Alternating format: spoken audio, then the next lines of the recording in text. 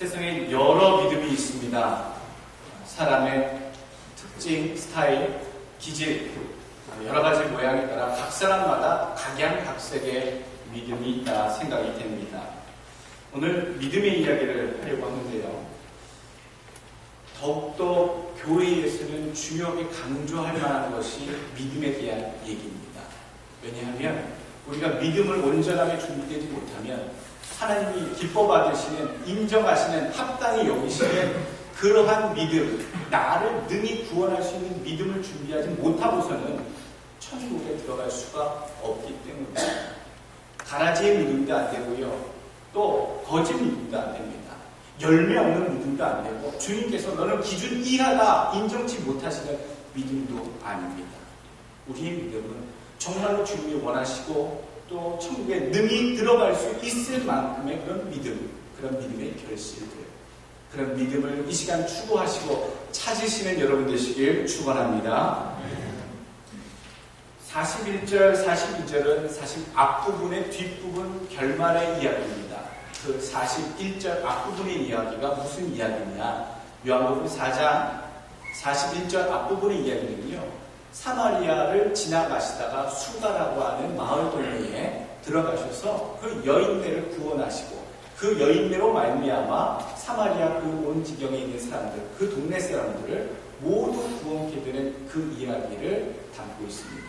그 마지막 부분이 예수의 말씀으로 말미암아 믿는 자가 더욱 많아, 그렇게 얘기하죠. 더 놀라운 것은요, 42절에 그 여자에게 말하되, 그 사마리아 여인이죠, 이제 우리가 믿는 것은 네 말로 인함이 아니니 이는 우리가 친히 듣고 그가 참으로 세상의 구주신 줄 알미라 라고 얘기하고 있다. 누군가의 놀라운 기적의 이야기를 보고 그가 참 하나님의 아들이신가? 하나님이 살아 역사하시는가? 이런 드러난 객관적인 증거를 보고 믿는 차원이 아니라 이제 그의 말씀 그대로를 듣고 믿고 봄으로 내가 그가 구세주이신 것을, 하나님의 아들이신 줄을 믿는다라는 고백이 오늘 42절의 고백입니다. 상당한 믿음의 발전이죠. 놀랄만한 믿음의 고백입니다. 43절, 44절은 이제 배경이 바뀝니다. 사마리아를 지나셔서 갈릴리 호수 근처의 윗동네로 가십니다. 갈릴리 호수에 가셔서 갈릴리 호수를 주변으로 한 동네들이 많이 있습니다. 베세다도 있고요, 또 고라심도 있고요, 또 유명한 가버나움도 있고요. 오늘 그렇게 돼 있는데 예수님께서는 바로 사마리아를 지나셔서 가버나움에 가셔서 전도하기 시작합니다. 이 가버나움이라는 곳은 사실 예수님께서 상당히 많은 이적을 베푸신 동네고 갈릴리에서 사역하시더라라고 하는 그 배경의 중심이 되는 타운이 예수님이 거하셨던 가버나움이었습니다. 그 가버나움을 중심으로 예수님의 제자들도 부르셨고 많은 이적을 행하셨지요. 그 가버나움에 잠시 있으시다가 오늘 가나라고 하는 곳으로 다시 오십니다. 이 가나라고 하는 곳은 가버나움 그 갈릴리 해변 마을에서 한 40km 정도 떨어져 있는 곳인데, 이 가나라고 하는 곳은 아주 예전에 예수님께서 사역을 처음 시작하실 때에 물이 변할 포도주가 되게 하는 역사를 일으키신 가나의 혼인잔치가 있었던 작은 그 동네입니다.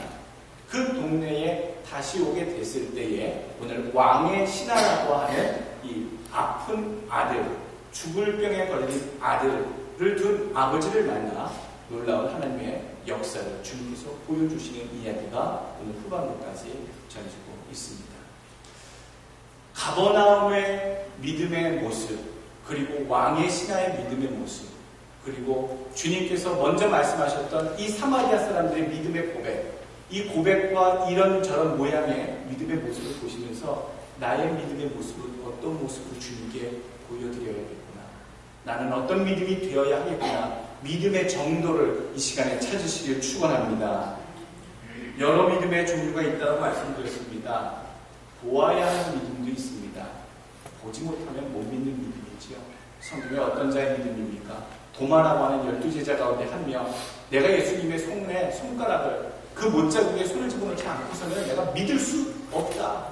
다른 제자들이 주님이 나타나셔서 살아나셨다, 우리가 보았노라 얘기했을 때 못 믿겠다라고, 봐야 믿겠다라고 하는 믿음도 있습니다. 요한복음 7장에는요, 여러분들, 그 유대인들이 예수님의 행동을 갖고 기이히 여기고 이상히 여깁니다. 그래서 거기에 대해서 무슨 믿음에 대해서 얘기해 주냐. 이해되지 못하면 믿을 수 없는 믿음에 대해서 얘기해 주고 있습니다. 예수님이 행하신 행적들이 도대체 자기네들이 가지고 있던 기존의 상식으로서는 이해가 되지 않고 용납될 수 없는 어떤 기적들과 행위들을 하시니까 거기에 대해서 이해하지 못하고 받아들일 수 없다라고 생각하는 그런 믿음. 즉, 이해되는 것만 믿을 수 있다라고 하는 믿음도 존재합니다. 여러 가지 믿음의 종류 가운데 또 마태복음 19장에는 부자 청년의 이야기가 나옵니다. 믿음이 아주 좋은 청년이었어요. 모세의 율법과 정신을 잘 지켜서 모든 것들을 다 지켜 행하였나이다. 주님, 그렇다면 내가 어떻게 영생을 얻으리까? 라고 주님께 물었을 때 네가 가지고 있는 전 재산을 다 팔아주고 가난한 자들에게 나눠주고 나를 쫓아서 나의 제자가 되어라 라고 말씀했을 때 근심하며 그리는 못하겠습니다 돌아갔던 그 부자 청년의 이야기. 내가 할 수 있는 만큼만의 믿음을 얘기합니다. 내 능력 안에서 믿을 수 있는 믿음이죠. 예수님께서 오늘 정말 가슴 저리게 오늘 사마리아 사람들의 모습, 또 갈릴리 가버나움의 사람들의 모습, 그리고 왕의 신하의 모습을 통해 이 본문을 통해 우리들에게 가슴 시리게, 가슴 저리게 너희는 좀 어떤 믿음이 좀 되었으면 좋겠다라고 전하시는 그 내용이 과연 무엇일까요? 믿음이라는 것은요, 신뢰입니다. 한번 생기면 그 뒤에 모든 것들을 계속적으로 믿고 따라가는, 신뢰하는 것이 믿음이라는 것이죠. 여러분, 제품도 그렇지 않습니까? 여러분, 예전에 지금은 한국산도 좋고 여러 가지 있습니다만 예전에 일제 제품 그러면 물어보지도 않고 전자제품 그러면 메이드 인 재팬, 우리가 그렇게 이전에 썼던 전자제품의 그 견고함과 그 완성도와 그런 것들에 대해서 얼마나 제품에 대한 신뢰가 깊은지. 또 일본 제품만 그랬습니까?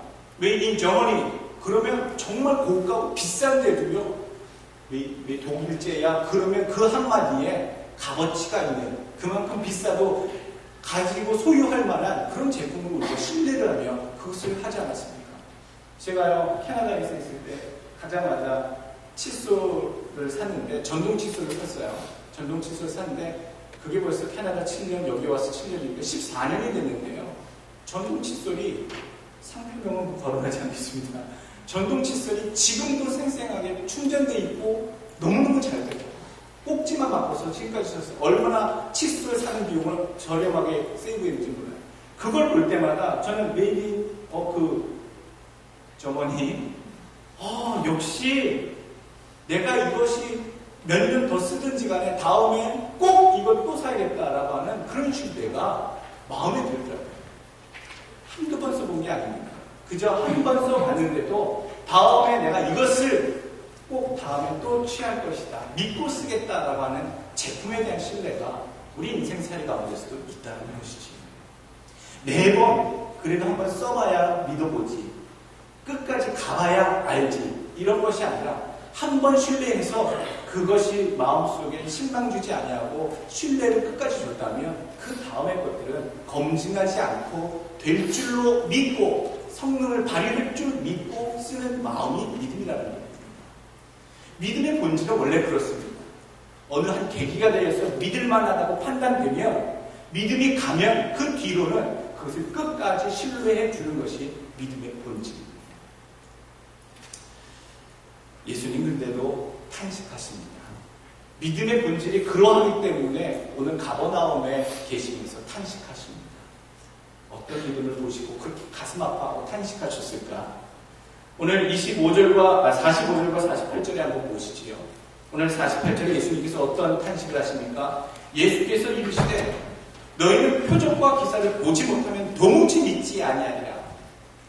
뭔가 나타나는 기적을 보지 않으면, 믿지 않으려고 하면 참 그런 믿음, 눈에 보여야지만 믿겠다고 하는 그런 믿음, 수없이 많은 기적과 기사를 이적을 행했음에도 불구하고 그 다음에 일어날 일, 그 예수님의 그것을 행하시는 예수님에 대한 신뢰를 품지 못하는 자들에 대해서 주님께서는 지금 통탄하고 계시다는 겁니다. 이 가버나움과 갈릴리를 중심으로 한 사람들의 신앙이 문제가 많습니다. 예수님께서 정말 갈릴리 사역을 하시면서 가버나움과 고라신과 베세다에서 수없이 많은 기적들을 갈릴리 주변에서 하셨는데도 주님께서 기대하셨던 만큼의 성도들이 믿는 자들이 나오지 않았다라는 얘기입니다.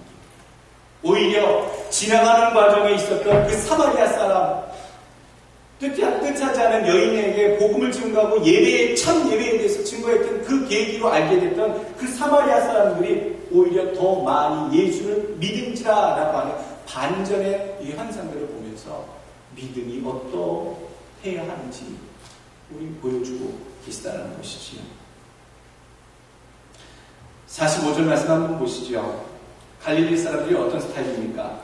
갈릴리인들이 그를 영접하니 이는 자기들도 명절에 갔다가 예수께서 명절 중에 예루살렘에서 하신 모든 일을 보았습니다. 갈릴리 사람들이 예수를 잘 영접하고 주님을 쫓았던 것은요, 이미 수없이 많은 사람들이 유대 명절 가운데 예루살렘에 다 경배하고 제사드리러 갔다가 예수님이 거기서 생생시한 기적과 이적을 행하시는 것을 이미 보고 왔기 때문에 갈릴리 가버나움과 베세다와 고라신에 있던 모든 지경의 사람들이 예수의 명성에 대해서 봤기 때문에 영접하고 믿었다고 얘기하고 있습니다. 예수님께서는 친히 고향에 가지 않으셨습니다. 가나와 나사렛에 한 6, 7km 정도 떨어져 있는 가까운 곳인데 오늘 44절에 친히 증언하시기를 선지자가 고향에서는 높임을 받지 못한다 하시고 일부러 선교와 복음의 그 가르치는 장소를 고향 땅이 아니라 영접 잘하는 갈릴리 마을 동네 가버나움의 본거지를 삼으시고 거기서 본격적인 복음 활동, 하나님의 말씀을 증거하셨음에도 불구하고 주님은 많이 받아들이지 못하는, 온전히 예수를 받아들이지 못하는, 믿지 못하는 가버나움과 그 갈릴리 마을의 사람들을 보고 통탄해하고 계신다. 오늘 우리가 되어야 하는 믿음, 어떤 믿음이 되어야 하는가? 여러분 한번 따라해 보시길 바랍니다. 못 구하도, 자 다시 따라합시다. 못 구하도 될 줄로 아는 믿음. 못 구하도 될 줄로 아는 믿음. 예. 큰 믿음 가운데 여러분 우리가 이런 모습이 되어야 합니다. 은혜가 나오네요. 그 여자에게 말하되 42절에 사마리아 사람들이 지금 얘기하는 믿음은요, 우리가 친히 듣고 그가 참으로 세상의 구주신 줄 알미라 라고 얘기하는 것은 사마리아 사람들은 지금 이 여인을 통해서 우리가 찾던 참 메시아를 찾았다라고 하는 말씀을 전했을 뿐이고요. 예수님의 기적, 예수님의 놀라운 이적, 고치시고 병자들을 고치시고 놀라운 일들을 행하시는 모습들을 한 번도 본 적이 없어요. 사마리아 사람은 한 번도 본 적이 없어요. 그런데도 불구하고 사마리아 사람들은 예수를 믿겠다. 오늘 참으로 세상의 구주신 줄 알고 믿겠다라고 하는 믿음에 고백을 하고 있다는 거예요. 기적도 본 적도 없고 체험도 못했고 그런데도 믿겠다라고 하는 그런 믿음. 얼마나 예수님이 고무되어 오셨을까. 요한복음 20장 29절에 말씀하십니다. 예수께서 가라사대 너는 나를 본고로 믿느냐? 보지 못하고 믿는 자들은 복되도다 하십니다. 여러분 은혜 체험하신 경험 있으십니까? 놀랍게 기적과 같이 하나님께서 어려움 속에 나를 구원해 주시고 문제를 해결해 주시고 우리 가정을 도와주신 하나님의 손길 경험하신 분, 체험하신 분 있으십니까? 그럼 그 경험을 잊지 마시고 지금도 그 하나님의 역사가 붙드심이 지속 중이신 것을 믿으시는 믿음 되길 축원합니다. 두 번째로 우리가 어떤 믿음이 되어야 할까? 오늘 이 가버나움 사람들의 신앙의 배경을 통해 우리가 배워야 할 줄로 압니다. 한번 따라해 봅시다. 부르심에 나오는 믿음, 기대를 채우는 믿음. 예수의 부르심에 나오는 믿음이 되어야 되고요. 주님께서 기대하시는 그 수준만큼 채워드리는 믿음이 되어야 합니다. 주님께서는 각 사람마다 다 똑같은 걸 요구하지 않으세요. 주님께서 처음 믿은 자면 믿음이 연약한 대로, 또 믿음이 강한 자면 강한 믿음의 그 귀한 행실을 주님께서는 수준별로 개별적으로 다 기대하고 계시다는 거예요. 은혜 체험 많이 하셨다면요, 믿음이 더 크셔야죠. 놀라운 기적 체험 많이 하셨다면요, 믿음이 더 굳세지셔야지요. 시험도 잘 견뎌내셔야지요. 비슷한 일 또 당하면 옛날같이 어리버리하지 아니하고 담대히 믿음 가운데 지켜진 그걸 믿고 또 담대히 서 있는 믿음 보여드려야지요. 주님께서 그걸 찾으신다는 의미입니다. 각자의 믿음의 수준에 기대하시는 믿음을 기다리고 계시다는 겁니다. 오늘 가버나움의 사람들에 대해서 주님께서 너무나도 속상해하십니다. 오늘 가버나움은 사실 제자들을 부르신 장소입니다. 베드로와 안드레와 야고보 그 어부들을 부르셨던 곳이 가버나움이에요. 얼마나 믿음의 본거지입니까? 또 마태복음 9장 11절 보게 되면 예수님이 늘 가버나움 중심으로 옆 동네 고라신, 벳세다, 거라사 왔다 갔다 하시면서 가버나움 중심으로 선교활동, 복음활동을 하셨다라고 얘기합니다. 그래서 성경에는 마태복음 9장 11절 보게 되면 예수님께서 본 동네에 이르시다라고 하는 표현이 나올 정도로 본 동네, 영어 성경으로는요, His own town, 예수님의 본거지라는 얘기예요. 고향 땅이 나사렛인데도요, 거기가 예수의 본거지가 아니라 His own town, 주님께서 본 동네로 삼으실 만큼 예수께서 주장하신 그 활동, 주 활동주였음에도 불구하고 그 가버나움의 사람들의 믿음을 보고 주님께서 많이 통탄해하고 계시다. 가버나움에서 큰 일들이 많았지요. 마태복음 8장 5장 보게 되면 백부장의 종이 아팠었는데, 죽을 병에 걸렸었는데 백부장이 와서 고쳐달라고 얘기했을 때 주님께서 고쳐주시지요. 저희 집에 오시면 감당하지 못하겠사오니 말씀만 하신다면 낫겠습니다 했던 일도 가버나움입니다. 또 베드로의 장모가 걸린 열병을 치료해 주신 것도 오늘 그 가버나움이에요. 사람들이 얼마나 놀랬겠습니까? 부자 어부 베드로가 장모님이 열병이 나서 죽을 뻔했는데 예수라는 분이 나를 따르라 하시고 나서 그 베드로에게 또 그 장모님의 열병을 고쳐주셨다. 얼마나 동네방네 그 가버나움의 소문이 잘 났겠습니까? 주님께서 또 회당장 야이로의 딸을 살려내신 것도 가버나움입니다. 죽었던 소녀 달리다 붐 하면서 죽었던 애를 살리신 분이 계시던 그곳이 가버나움이었다는 것이죠. 12애를 혈루증으로 앓았던 그 여인네를 낫게 해주셨던 것도 가버나움입니다. 그러니까 이 가버나움이라고 하는 예수님의 선교 공무가 되었던 이 동네는요, 예수님의 기적이 아주 넘치고 넘쳤던 아주 복된 동네예요. 복받은 동네였어요. 그 옆 동네 벳세다는 어떻고요? 거기에서 오병이어의 기적을 베푸셨거든요. 그 벳세다 평지에서 오병이어의 기적, 남자가 5,000명이니까 2만 명에 되는 아이와 여자까지 수없이 많은 사람들이 배부르게 먹었어요.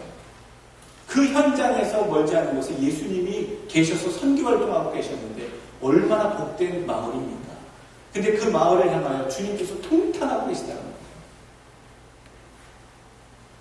누가복음 10장에 예수님께서 아주 극단적인 방법을 쓰십니다. 예수님께서 전도하시다 방법을 바꾸셨어요. 자기를 따르는 70명의 제자들, 추종자들을 불러 모으셔서요, 2명씩 짝을져서 너희들은 마을로 다니면서 무조건 하늘에 천국에 가까웠다 회개하라, 그렇게 복음을 전하라. 그리고 영접하는 자는 복이 있겠고 안 그러는 그 동네마다 소돔과 고모라의 그 심판보다 어려운 심판이 있을 것이다. 이런 말씀을 건네주십니다. 그리고 나서 언급하시는 게 누가복음 10장 10절 말씀에서부터 어느 동네든지 들어가든지 너희를 영접하지 아니하거든 그 거리로 나와서 말하되 너희 동네에서 우리 발에 묻은 먼지도 너희에게 떨어버리노라. 그러나 하나님의 나라가 가까이 온 줄을 알라 하라. 내가 너희에게 말하노니 그날에 소돔이 그 동네보다 견디기 쉬우리라. 화 있을진저 고라시나 화 있을진저 벳세다야. 너희에게 행한 모든 권능을 두로와 시돈에게 행하였더라면 그들이 벌써 베옷을 입고 제에 앉아 회개하였으리라. 심판대에 두로와 시돈이 너희보다 견디기 쉬우리라. 가버나움아, 네가 하늘에까지 높아지겠느냐? 음부까지 낮아지리라. 너희 말을 듣는 자는 곧 내 말을 듣는 것이요, 너희를 저버리는 자는 곧 나를 저버리는 것이요, 나를 저버리는 자는 나를 보내신 이를 저버리는 것이니라. 예수님이 계셨던 그 선교 본부였던 가버나움을 중심으로 한 그 동리들에게 화 있다, 저주가 있을 것이다 라고 시돈과 고무라고, 시돈과 여기 두로와 시돈보다도, 두로와 시돈은 사실 구약시대 때 하나님의 심판을 받았던 이방 도시입니다. 페니키아 상인들이 상업적으로 발달이 되던 우상 숭배의 상징적인 도시, 실제적으로 그런 도시들, 이방인들이 조상이었던 그런 도시들에게 가서 내가 복음을 전했더라면 이미 그들이 구원을 받은 백성들이 돼서 변했을 것이다 라고 얘기할 정도로 그런 표현을 쓰고 계십니다. 무엇을 얘기합니까? 주님의 기대를 채우지 못하는, 주님의 그 열정적인 선교 활동에 그 반응을 보이지 못하는 그 믿음들에 대해서 주님이 지금 분노하고 계시다. 여러분, 부르심에 나오는 믿음 되시고 예수 그리스도의 기대를 채우시는 믿음 되시길 주의 이름으로 축원합니다.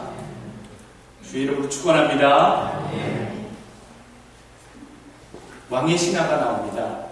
이 왕의 신화의 믿음을 보면 이런 믿음도 우리가 쫓아가야겠구나 라는 교훈을 줍니다. 왕의 신화라 했는데 여기서 나오는 왕은요, 헤롯 왕의 신화입니다.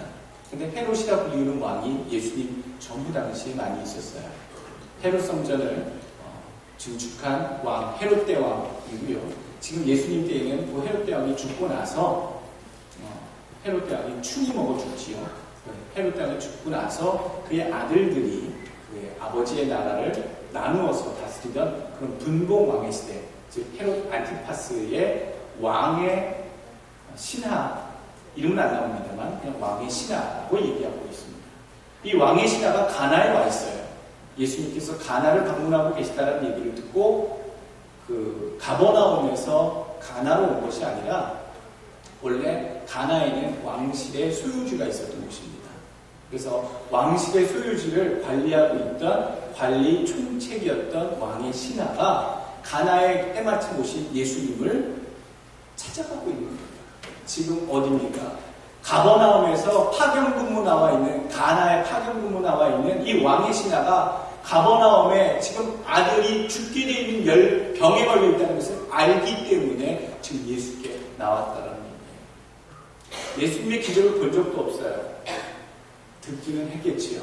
예수님이 어떠한 분이시다라고 하는 소문을 들었겠지요. 그래서 주님께 나와서 내 아이 살려주시고 내 가버나움으로 같이 가사이다 와주십시오 라고 부탁을 드립니다. 그런데 이 왕의 신하에게 예수님 말씀하시죠. 오늘 본문 말씀대로 50절 가라, 내 아들이 살아있다 하시니 그 사람이 예수께서 하신 말씀을 믿고 가더니 라고 얘기합니다. 그러니까 가버나움에서 예수님을 찾아서 아들의 병 고치심을 위해서 온 것이 아니라 가나에 있다가 예수님을 만났고 또 아파서 있는 자기 지금 집에 있는 아들, 여기서 아들은 휘로스라고 헬라어에는 그렇게 얘기합니다. 휘로스. 근데 휘로스의 관사 오가 붙으면요 외아들입니다. 그러니까 이 아들은 보통 아들이 아니라 독자였구나라는 것을 우리가 알 수 있죠.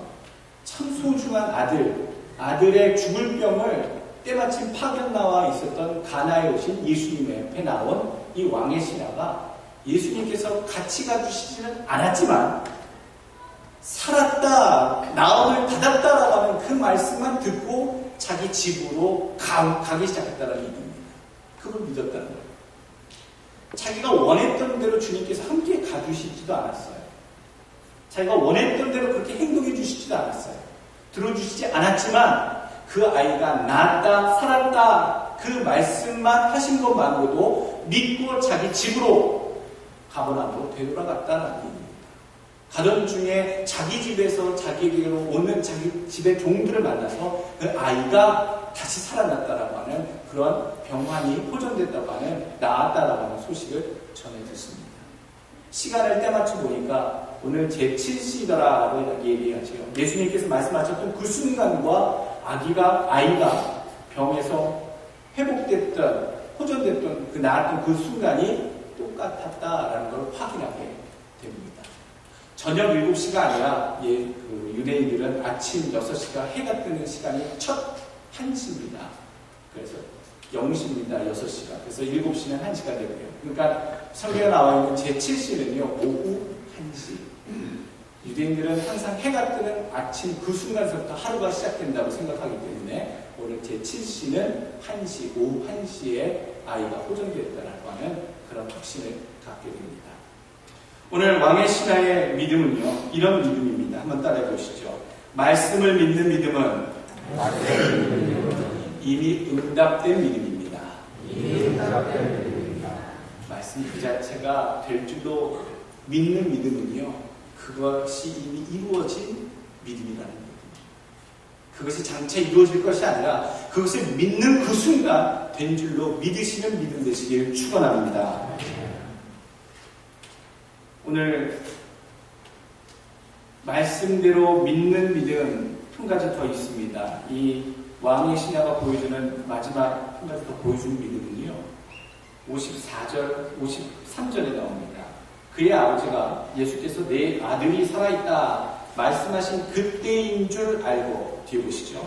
자기와 그 온 집안이 다 믿으리라 라고 나옵니다. 은혜를 통해 더 큰 믿음으로 나아가야 합니다. 내 믿음 갖고 아직 아닙니다.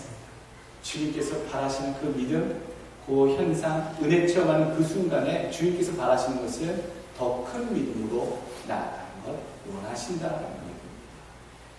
은혜와 역사를 체험하신 분들은요, 여러분들 문제가 해결되었다고 그냥 거기서 끝나시면 안 됩니다. 사람은 참 희한합니다.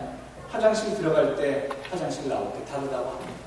배고플 때랑 배부를 때랑 또 다르다고 합니다. 그러니까 참 사람은 믿을 수가 없다는 것이지요. 그런데 주님께서 원하시는 건 뭡니까?